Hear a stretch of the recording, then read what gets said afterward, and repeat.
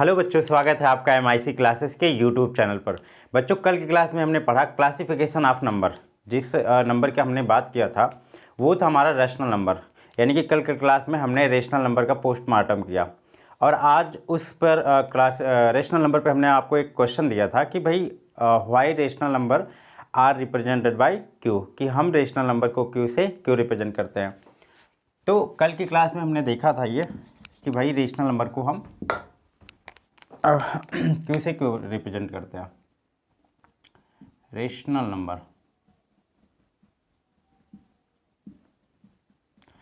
Number को Q से represent करते हैं। तो हमारा क्वेश्चन था आपसे कि रेशनल नंबर को क्यू से क्यों रिप्रेजेंट करते हैं।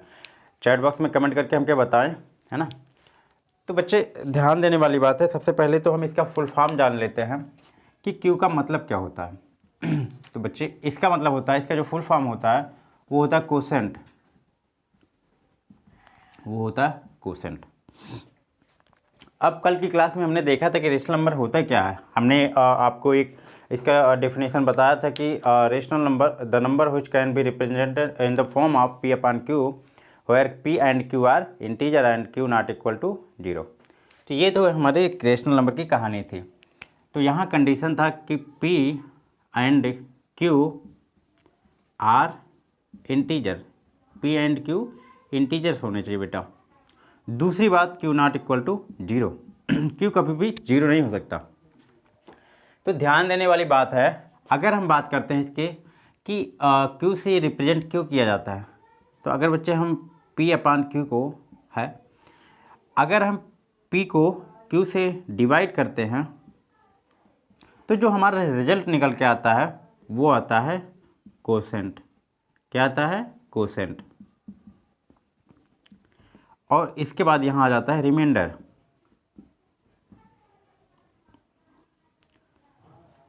जब हम p को q से डिवाइड करते हैं, तो जो रिजल्ट हमारा निकल के आता है वो कहलाता है कोसेंट।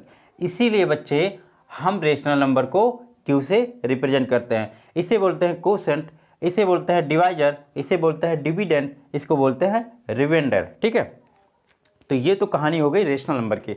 आप इसे नोट कर लें, फिर हम आगे बढ़ते हैं। ठीक है, मैं इसको रब करता हूँ। दूसरा जो हमने पढ़ा था वो हम पढ़ रहे थे रेशनल नंबर, डेसिमल। दूसरा जो नंबर था हमारा डेसिमल था। डेसिमल में हमने पढ़ा था टर्मिनेटिंग डेसिमल।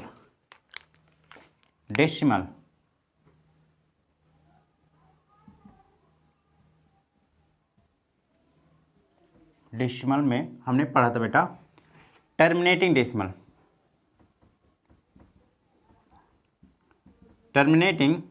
ठीक है, सेकंड की बात करें हमने सेकंड का बात करा था नॉन टर्मिनेटिंग डेसिमल।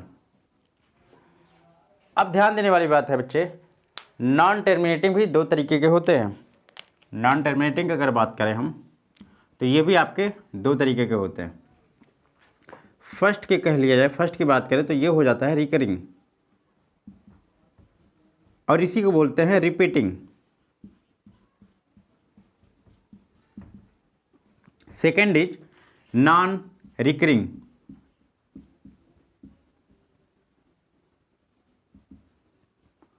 और इसी को हम बोल देते हैं नॉन रिपीटिंग।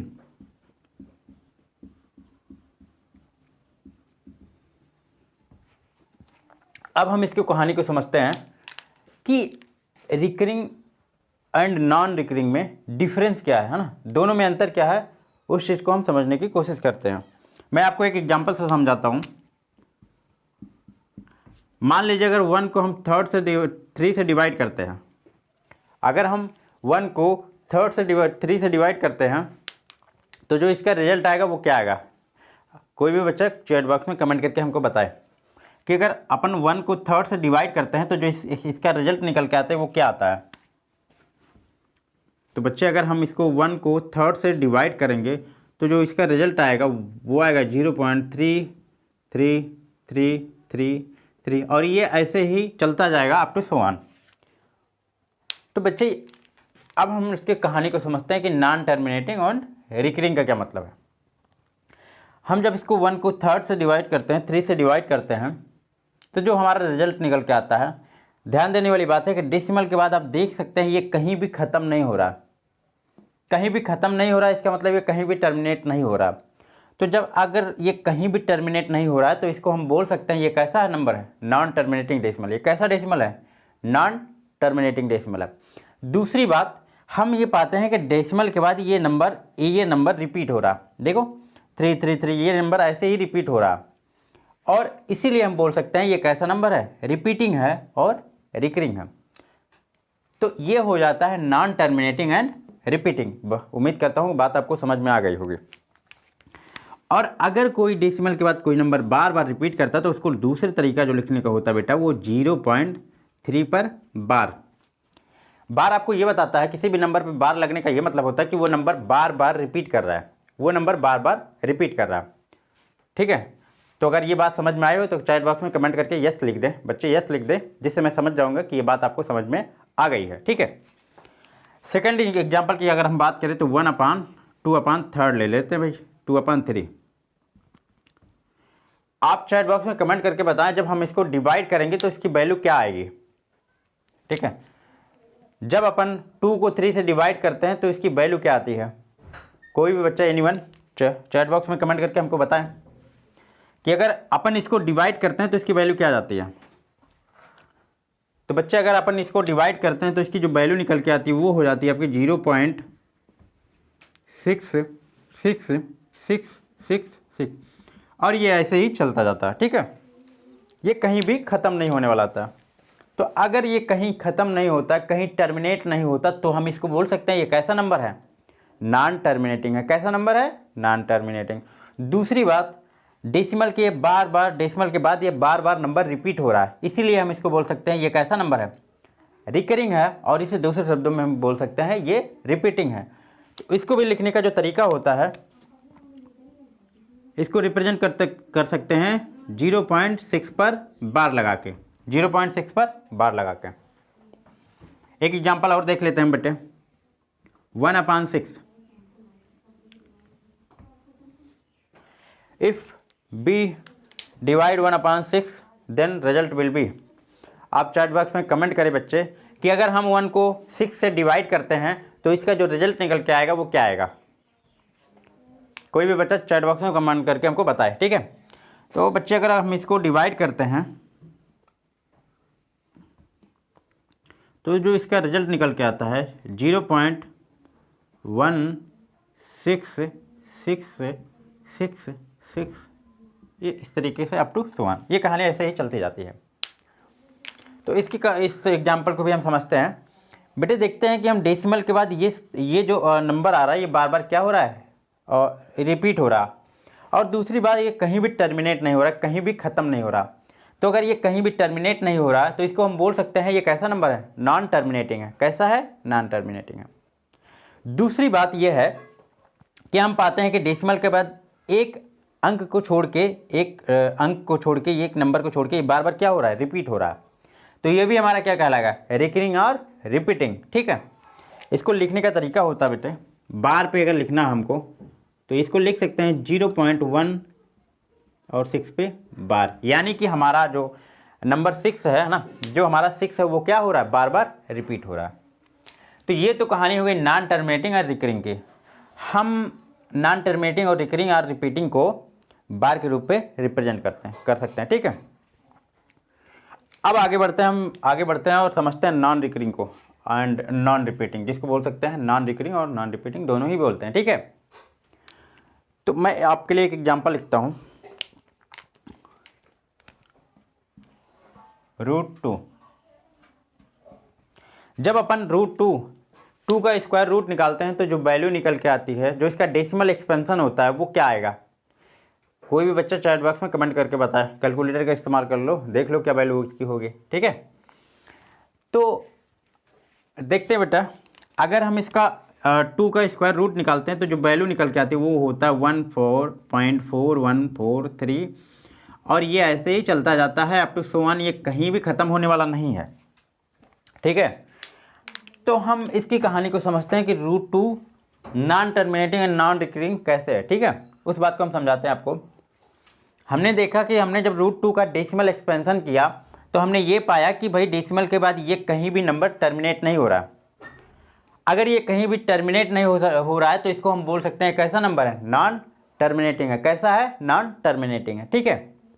दूसरी बात, हमने जब बात करा था रिकरिंग और रिपीटिंग का, तो हमने देखा था कि यहाँ डेसिमल के बाद कोई भी नंबर है जो वो बार बार क्या हो रहा है, रिपीट हो रहा है। लेकिन यहाँ जब हम देखते हैं, यहाँ हम नोटिस करते हैं तो डेसिमल के बाद कहीं भी ये रिपीट नहीं हो रहा। अब ये कोई बच्चा ये ना कहना कि सर डेसिमल के पहले तो 1 है, 1 4 हुआ, फिर 1 4 हो गया। नहीं बेटे, हमको डेसिमल के बाद चेक करना है कि क्या वही वैल्यू बार बार आ रही है। तो हमने यहाँ देखा, हमने नोटिस किया कि यहाँ वो वैल्यू रिपीट नहीं हो रही है, इसीलिए हम इसको बोलते हैं नॉन रिपीटिंग। तो ये पूरा हमारा जो कहानी बनती है वो हो जाता है नॉन टर्मिनेटिंग, नॉन रिकरिंग। ठीक है, समझ में आई बात? अगर आपको ये बात समझ में आया हो तो चैट बॉक्स में यस लिख दें, कमेंट करें यस। ठीक है, एक एग्जांपल और लिखते हैं आपके लिए। √3 आप कैलकुलेटर का इस्तेमाल कर सकते हैं, इसकी वैल्यू देख के हमको बताएं। ठीक है, इसकी वैल्यू देख के हमको बताएं क्या होगा। तो बच्चे ध्यान देते हैं, इसकी जब वैल्यू निकालते हैं तो आता है 1.732 और ये ऐसे ही चलता जाता है अप टू 100। ये कहीं ख़त्म होने वाला नहीं है। तो √3 को भी हम समझते हैं कि एक ऐसा नंबर है, डेसिमल के बाद हमने देखा कहीं भी ये ख़त्म नहीं हो रहा है, कहीं भी डिवाइड होने के बाद ख़त्म नहीं हो रहा है, कहीं टर्मिनेट नहीं हो रहा है। तो इसीलिए हम इसको बोल सकते हैं एक ऐसा नंबर है, कैसा नंबर है, नॉन टर्मिनेटिंग है। दूसरी बात हम नोटिस करते हैं कि डेसिमल के बाद ये कहीं रिपीट नहीं हो रहा। तो जब रिपीट नहीं हो रहा है तो इसको बोल सकते हैं हम नॉन रिपीटिंग, इसलिए हमारा नंबर ये निकल के आता है non terminating and non repeating. ऐसे ही अंडर रूट के अंदर आपका 5 हो गया, 5 का स्क्वायर रूट निकालेंगे तो वो भी नंबर जो हमारा आएगा वो कैसा होगा, non terminating, non recurring. Root के अंदर 5 हो गया, रूट के अंदर 7 हो गया, रूट के अंदर 11 हो गया, रूट के अंदर 13 हो गया, रूट के अंदर 17 हो गया, रूट के अंदर 19 हो गया, रूट के अंदर 23 हो गया। एक स्पेशल नंबर हमारे पास जो लिखता हूँ मैं आपके लिए, और मुझे चैट बॉक्स में कमेंट करके बताएं इसकी वैल्यू क्या होगी। ये पाई हो गया, पाई का वैल्यू क्या होगा, पाई की वैल्यू क्या होगी।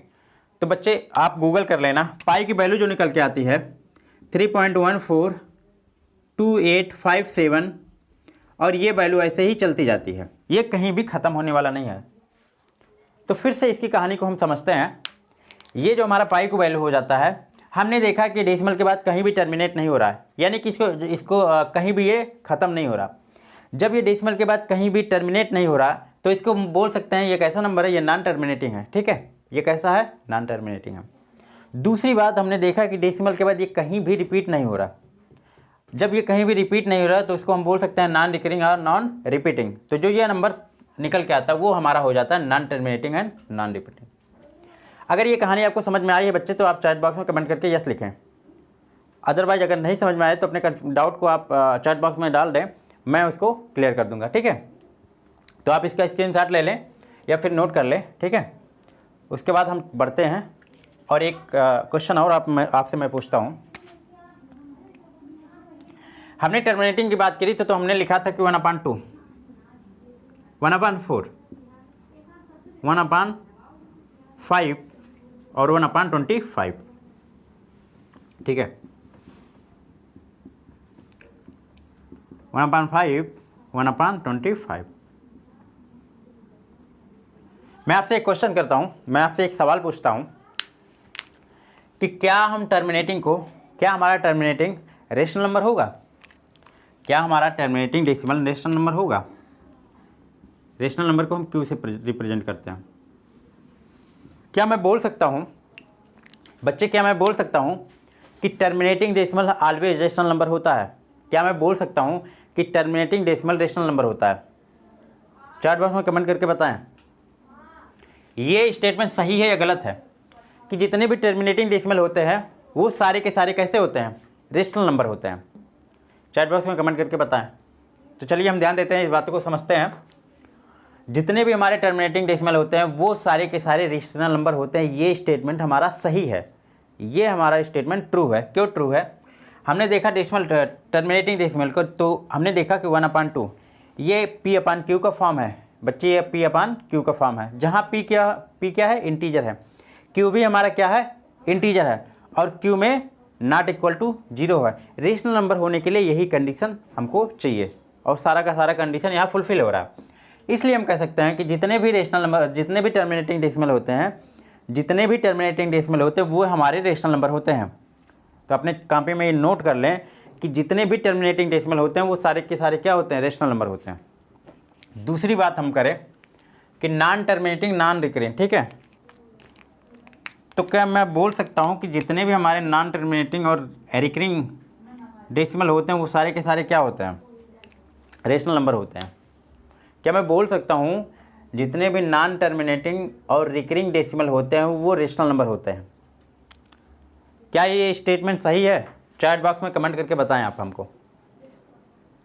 तो हमारा जवाब होगा बिल्कुल सर, बिल्कुल ये स्टेटमेंट सही है, क्योंकि हम जब देखते हैं नॉन टर्मिनेटिंग और रिकरिंग को तो जो हमारा फॉर्म बनता है वो P/Q का फॉर्म है।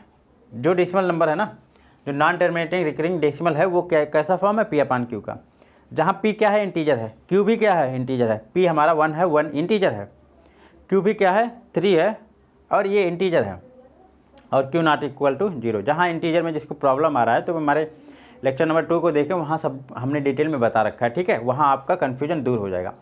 तो इसलिए ये P/Q का फॉर्म है, ये भी P/Q का फॉर्म है, जहाँ P2 है और Q3 है, जहाँ दोनों इंटीजर हैं और Q नॉट इक्वल टू 0 है। इसलिए हम कह सकते हैं कि जो है हमारा नॉन टर्मिनेटिंग रिकरिंग जितने भी डेसिमल होते हैं वो सारे के सारे क्या होते हैं, रेशनल नंबर होते हैं। क्या होते हैं, रेशनल नंबर होते हैं। अब मेरा क्वेश्चन आपसे, मैं स्विच करता हूँ नेक्स्ट टॉपिक पे, ठीक है। Non terminating non recurring, non terminating non recurring, क्या हमारा ये इरेशनल नंबर होगा? मेरा आपसे क्वेश्चन है कि नॉन टर्मिनेटिंग नॉन रिकरिंग, क्या मेरा ये इरेशनल नंबर होगा?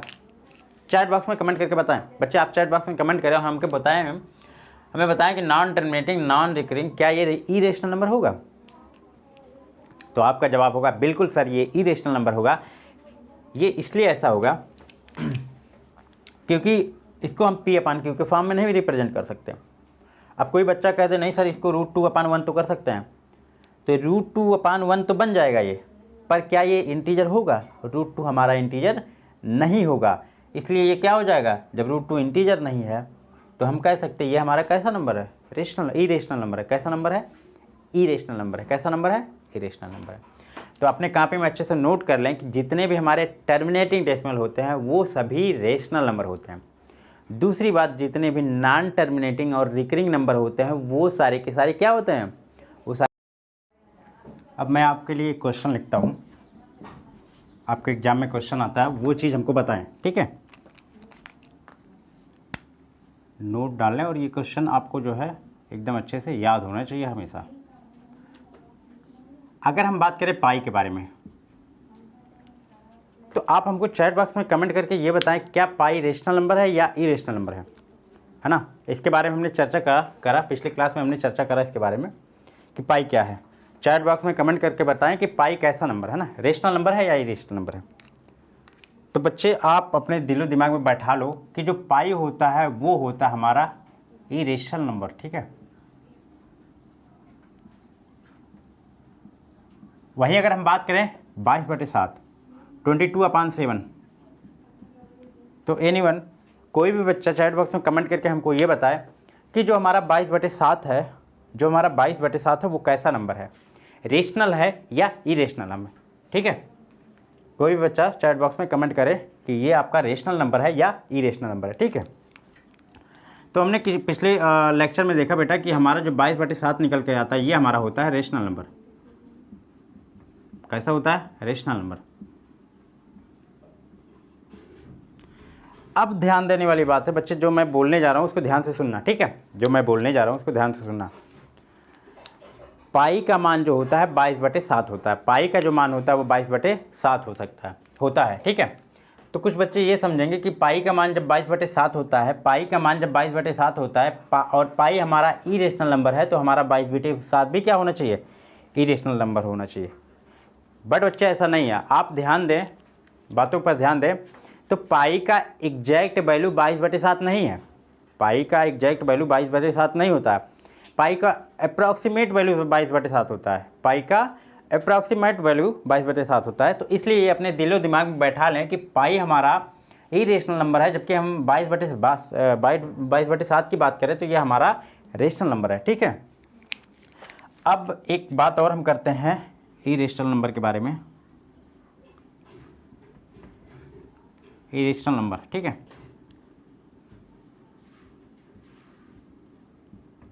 तो इसका डिफिनेशन जो हमने पढ़ा था, इसका डिफिनेशन पढ़ा था, the number which can not be represented in the form of p upon q and where p and q are not integer and q not equal to 0। ये तो डिफिनेशन था हमारा इरेशनल नंबर का।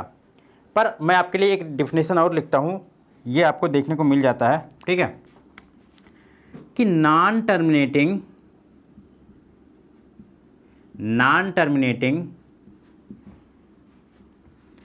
And non recurring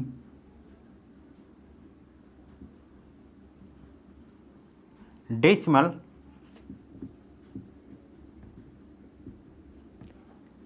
are also called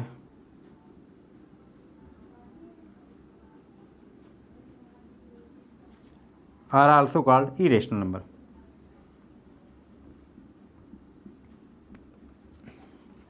irrational number, ठीक है, तो irrational number का एक डिफिनेशन ये भी है, आप इसे नोट कर लें। ठीक है, तो ये कहानी हो गई, इसको आपको हमेशा अपने माइंड में रखना है, ध्यान रखना है। ठीक है, इसको मिटाते हैं, हम आगे बढ़ते हैं। तो पिछले क्लास में हमने देखा था कि भाई डेसिमल नंबर हमारा दो तरीके का होता है, एक तो होता है टर्मिनेटिंग डेसिमल, दूसरा जो हो जाता है नॉन टर्मिनेटिंग। तो हम फिर से वापस चलते हैं अपने टर्मिनेटिंग डेसिमल पर और कुछ नई चीज़ों को सीखते हैं। ठीक है, कुछ और नई चीज़ों को सीखते हैं। तो आप अपने कॉपी में नोट डाल लें, और ध्यान दें भाई, हमने आपको बताया था डेसिमल में जो हमारा निकल के आया था, ये था डेसिमल, और जिस नंबर को हमने पहले पढ़ा था वो था हमारा टर्मिनेटिंग,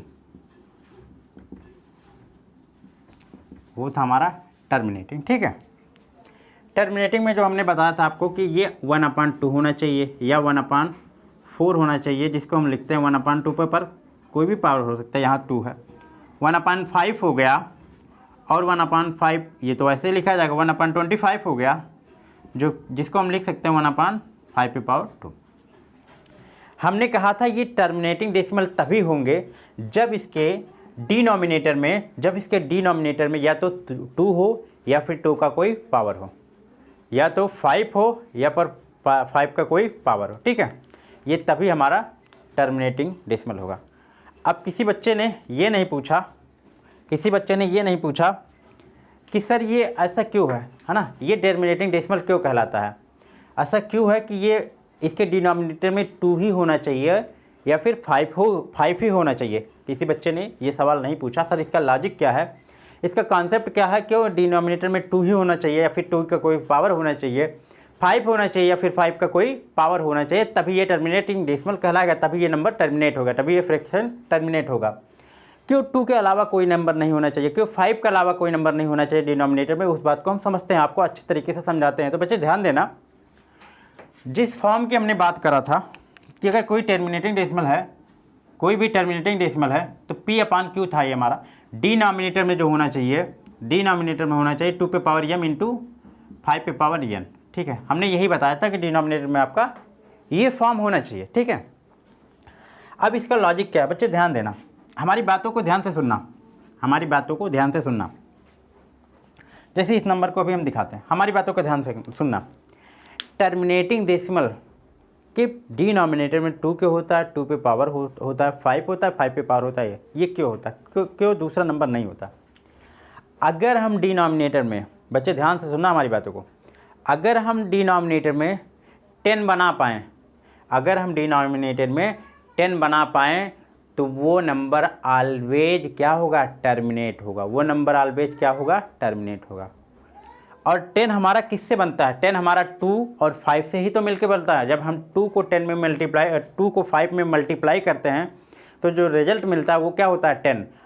और ये बच्चे ध्यान से दिमाग में अपने बैठा लीजिए कि अगर डिनोमिनेटर में 10 होगा तो वो वैल्यू, वो फ्रैक्शन ऑलवेज टर्मिनेट करेगा। जैसे हम देखते हैं 2 को 1/2 को